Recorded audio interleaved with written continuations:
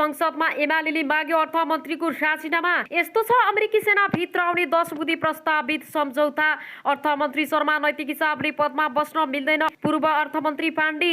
लुम्बिनी प्रदेश स्वास्थ्य राज्यमन्त्री विमला ओली प्रहरीको नियन्त्रणमा। अर्थमन्त्री शर्मा फेरि विवादमा। सुर्खेतमा 4 दिनदेखि पेट्रोल अभाव। कञ्चनपुरमा टेलिकमका सेवा 4 दिनदेखि अवरुद्ध। कबड्डी 4 को प्रदर्शन रोकेर छाटकाट गर्न जिल्ला प्रशासन कार्यालय काठमाडौँमा उजुरी। नमस्कार दर्शकबिन, हार्दिक स्वागत छ तपाईहरू सम्पूर्णलाई सपना अनलाइन टिभीमा। निकै नै महत्त्वपूर्ण रिपोर्टका साथ उपस्थित भइसकेका छौं। हाम्रो मेहनतको लागि एउटा सानो लाइक र च्यानललाई सब्स्क्राइब गरी साथै छेउमा रहेको बेल आइकनलाई दबाएर अलमा गरेर साथ दिन नबिर्सनु होला। साथै यो भिडियोलाई अन्तिमसम्म हेरेर सम्पूर्ण नेपालीहरूमा पुर्याएर सक्दो सपोर्ट गरिदिनु होला। आउनु सब पुरा समाचारतर्फ लागौं। यस्तो छ अमेरिकी सेना भित्र आउने 10 बुँदी प्रस्तावित सम्झौता।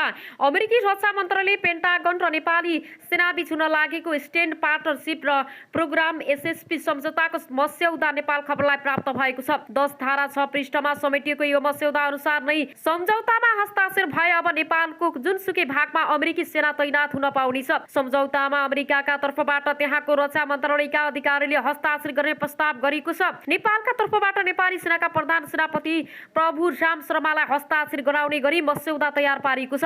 तर नेपाली सेनाले यस्तो सामरिक महत्त्व सम्झौतामा सेनाका तर्फबाट हस्ताक्षर गर्दा सस्ता विवादमा पर्न सक्ने भन्दै यसमा राजनीतिक सहमतिका आधारमा राजनीतिक नेतृत्वले हस्ताक्षर गर्नु उपयुक्त हुने सुझाव नेपाल सरकारलाई दिएको स्रोतले जनाएको छ। उच्च स्रोतका अनुसार प्रधानमन्त्री शेरबहादुर देउबा एसएसपी सम्झौतामा नेपाली सेनालाई नै हस्ताक्षर गराउन चाहन्छन्।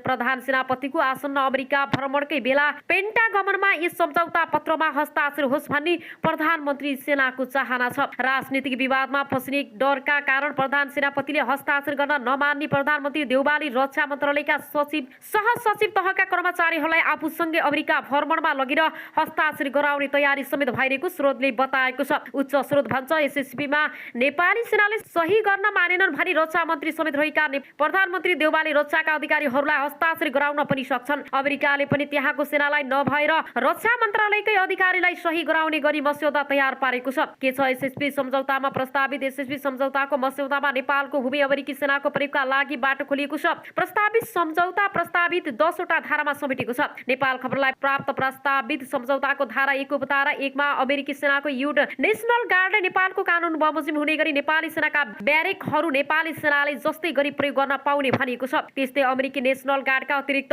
कन्ट्याक्टहरूले समेत सम्बन्धित गाडी र हल्का वायुयानहरू प्रयोग गर्न पाउने भनिएको छ। ट्रेडिङ तथा ट्रान्जिटसँग सम्बन्धित सहायता गतिविधि, मर्मत, सम्भार कर्मचारी, आवास, सञ्चार, तेल भर्ने तैनात आदिका लागि आपूर्ति सामग्रीहरूको प्रयोग गर्न नेपाल सरकारले अनुमति दिने उल्लेख छ।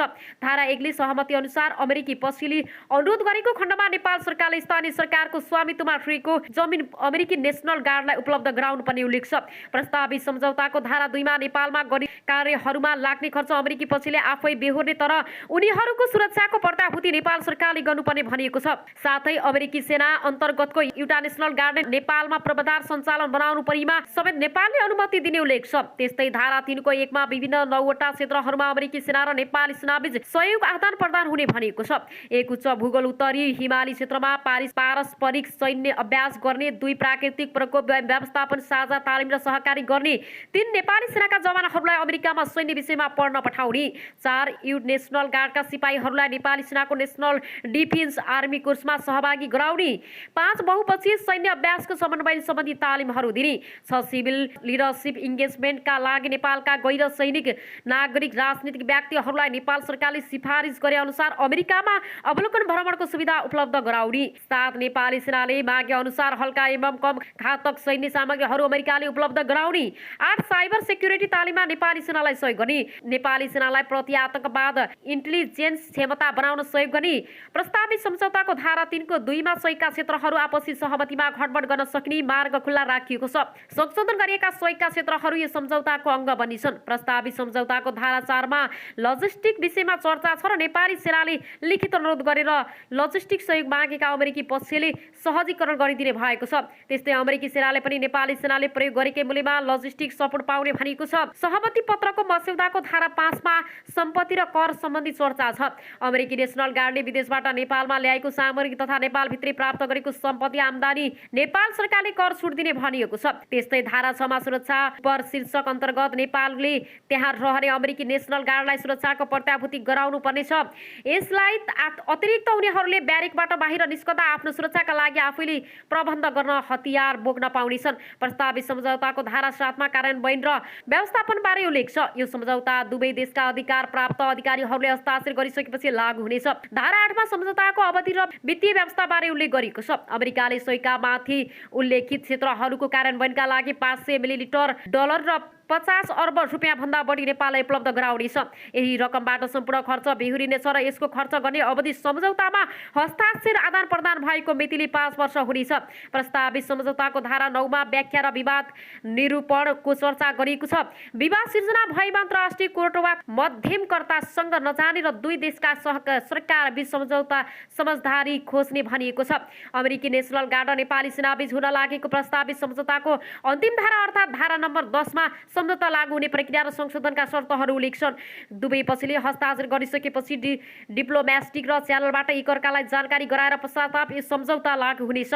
लागू भएको अवधिको 5 वर्षसम्म यसको म्याद रहनेछ, तर त्यसपछि पनि कुनै एक पक्षले 6 महिनाको सूचना दिएर सम्झौता भङ्ग नगरेसम्म यो लागू भइरहनेछ। एसएसपीको पृष्ठभूमि 7 वर्षदेखिको अमेरिकी प्रयास सन् 2014 को सेप्टेम्बरमा राजेन्द्र छेत्री प्रधान सेनापति रहेका बेला अमेरिकाले पहिलोचोटि एसएसपीको MOU खाका प्रस्ताव गरेको थियो, जसलाई छेत्रीले सकारात्मक रूपले लिएका थिए। नेपाली सेना र अमेरिकाको युटा नेसनल गार्ड बीच गर्न खोजिएको त्यस बेलाको MOU मा नेपाली सेना अमेरिकाको प्यासिफिक र कमान्ड अन्तर्गत मोबिलाइजेन्स हुने र सोही अन्तर्गत रेस्क्यु एवं अपरेसनका कार्यहरूमा सहकारी गर्ने भनिएको थियो। तर सन् 2018 मा केपी ओली सरकारमा नआउँदासम्म त्यो प्रस्ताव अगाडि बढेन। ओली सरकारका पालामा अमेरिकाले सम्झौता गर्नुपर्न ताकेता गरे पनि तत्कालीन प्रधानमन्त्री सेनापति पूर्णचन्द्र थापाले इन्डो प्यासिफिक र इन्डो-जीव स्ट्राटेजीमा प्रवेश गरेको सोझो अर्थ लाग्ने भएकाले MOU मा हस्ताक्षर गर्न मानेनन्। अमेरिकी सैन्य गठबन्धनमा सहभागी हुने नेपाली सेनाले सन्देश दिएका कारण सन् 2019 मा पनि SSP मा हस्ताक्षर भएनन्। एमाले नेता ईश्वर पोखरेल र रक्षा मन्त्री पूर्णचन्द्र थापा प्रधान सेनापति भएकै बेला अमेरिकी रक्षा अधिकारीहरूले सन् 2014 को MOU प्रस्तावलाई केही संशोधन गरेर पठाएका थिए। संशोधित प्रस्तावमा इन्डो प्यासिफिक र कमान्ड भन्ने पदावलीलाई सच्याएर प्रतिरक्षा र सुरक्षा मामिलालाई सहयोगलाई मजबुत पार्ने भन्ने पदावली प्रयोग गरिने, तर त्यसबेला पनि नेपाल पछिले सुरक्षा मामिलामा सहयोग भन्ने प्रधानले इन्डो प्यासिफिक र रणनैतिक अर्थ लाग्ने भन्दै अमेरिकाको प्रस्तावलाई अस्वीकार गरेको एमाले नेताहरूको दाबी छ। यसै क्रममा पछिल्लो समय शेरबहादुर देउवा प्रधानमन्त्री बनेपछि र मिलेनियम च्यालेन्ज कर्पोरेसन MCC सम्झौता संसदमा पारित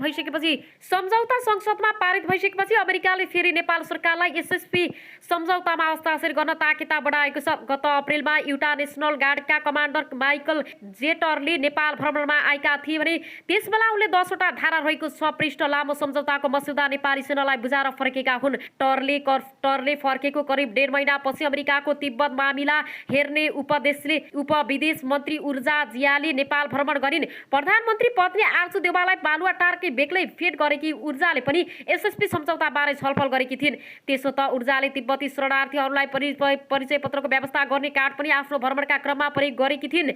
उनले काठमाडौँ स्थित तिब्बती शरणार्थी क्याम्पसको समेत भ्रमण गरेपछि छिमेकी चीन समेत झस्किने अवस्था आएको थियो। उसलाई मध्यतर पार्न प्रधानमन्त्री देउवाले एकछिन नीतिप्रति सरकार प्रतिबद्धता रहेको भन्दै नेपालबाट दललाई लामाको कार्यालय विगतमा आफैले हटाएको दाबी गरे। अमेरिकी संसदमा माग्यो नेपालबारे बजेट। यसैबीच इन्डो प्यासिफिक क्षेत्रका रणनीतिक प्रतिरक्षा कार्यका लागि बजेट माग गर्दै अमेरिकी संसदको विनियोजन समितिमा गत मे 17 मा 33 पृष्ठ लामो प्रतिवेदन प्रस्तुत भएको छ। सो प्रतिवेदनको 22औं पृष्ठमा नेपाललाई समेटेर बजेट विनियोजनका लागि प्रस्ताव भएको छ। नेपालमा प्रतिरक्षा संस्थालाई बलियो पार्न बजेट विनियोजनको प्रस्ताव गरिएको छ। अब अनुसारको समाचारतर्फ लागौं। लुम्बिनी प्रदेश स्वास्थ्य राज्य मन्त्री विमला ओली प्रहरीको नियन्त्रणमा। लुम्बिनी प्रदेशकी स्वास्थ्य राज्य मन्त्री विमला ओलीलाई मंगलबार प्रहरीले नियन्त्रणमा लिएको छ। तुलसीपुर उपमहानगरपालिका 5 बस पार्क स्थित एकराज बस्नेतको घरमा पुगेर उनको श्रीमती र छोरीलाई हातपात गरेपछि प्रहरीले नियन्त्रणमा लिएको हो। हातपात गरेको खबर पाएपछि स्थानीय बस्नेतको घरमा उनलाई थुनेर राखेका थिए। स्थानीयले घटनाबारे खबर गरेपछि ओलीलाई नियन्त्रणमा लिएको र घटनाबारे अनुसन्धान भइरहेको जिल्ला प्रहरी प्रमुख सुरेश काफ्लेले बताउनु भएको छ। उनी लु 1 झ र 537 नम्बर नगरको सरकारी गाडी छोडेर त्यहाँ पुगेकी थिइन्। घटना हुँदा एक राज घरमा थिएनन् र उनका आफन्तहरूले प्रहरलाई खबर गरेका थिए। नेकपा एमालेबाट दाङ 3 खबाट प्रदेश सभा प्रदेश निर्वाचित भएका उत्तर कुमार ओलीको घटनामा मृत्यु भएपछि तत्कालीन नेकपाबाट उनकी श्रीमती विमला ओली सांसद निर्वाचित भएकी थिइन्। नेकपा विभाजनपछि उनी माओवादीमा लागेकी थिइन्। अब आउनु सरको समाचारतर्फ लागौं। अर्थमन्त्री शर्मा फेरि विवादमा। बजेट निर्माणको अन्तिम दिन अर्थ मन्त्रालयमा अधिकृत व्यक्तिलाई प्रवेश गराई राजस्वका दर हेरफेर गरेको खुलासा। नेपालको अर्थ प्रशासन तथा बजेट निर्माणमा यति गम्भीर घटना नभूत हुने न भविष्य सचिवहरूको त्यो घटना कसरी हेर्न सक्यो होलान्? अर्थमन्त्रीले त्यसो भन्दा किन मानेका हुन्? उनीहरूले किन त्यसो बसिरहे? देवेन्द्र राज पाण्डे पूर्व अर्थमन्त्री। श्रृङ्खलाबद्ध विवादस्पद काम गरिरहेका अर्थमन्त्री जनार्दन शर्मा फेरि विवादमा तानिएका छन्। बजेट निर्माणको अन्तिम दिन अर्थ मन्त्रालयमा अधिकृत व्यक्तिलाई प्रवेश गराई राजस्वका दर हेरफेर गरेको विषयमा अन्नपूर्ण पोस्ट दैनिकले सोमबार खुलासा गरेपछि अर्थमन्त्री शर्मा थप विवादमा तानिएका थिए। यसअघि पनि पदीय मर्यादा बिर्सेर विभिन्न विवादस्पदमा काम गरेपछि उनी आलोचित बनिरहेका छन्। अन्नपूर्णले सार्वजनिक गरेको विवरण अनुसार अर्थमन्त्री शर्माले केही व्यवसायीहरूलाई अनुकूल हुने गरी राजस्वका दरहरू हेरफेर गरेका छन्। करको दर हेरफेर गर्न उनले बजेट भाषणको अघिल्लो रात जेठ 14 गते राजस्व प्रशासनमा लामो समय काम गरेर अवकाश भएका नायब सुब्बा रघुनाथ घिमिरे र अर्का एक चार्टर्ड एकाउन्टहरूलाई अर्थ मन्त्रालयमा प्रवेश गराएका थिए। उहाँहरू राजस्व विज्ञ हुनुहुन्छ। राजस्वका दरबारे मेरा तर्फबाट उहाँहरूले केही फेरबदल गर्न सक्नुहुन्छ। उहाँहरूले जे मिलाउनुहुन्छ त्यसमै सही गरेर कहाँ ल्याउनु होला भन्दै अर्थमन्त्रीले बजेट निर्माण संलग्न अर्थका अधिकारीहरूलाई निर्देशन दिएको अन्नपूर्णले खुलासा गरेको छ। उनीहरूले सीमित व्यवसायहरूलाई अनुकूल हुने गरी राजस्वका दर हेरफेर गरे, जुन विषयमा अहिले निजी क्षेत्रले समेत विरोध गरिरहेको छ।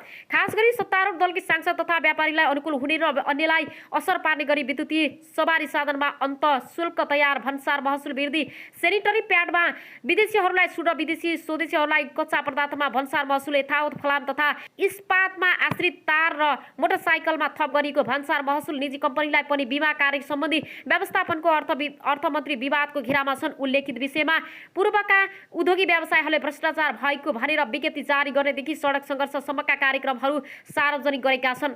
अब आउनु सरको समाचारतर्फ लागौं।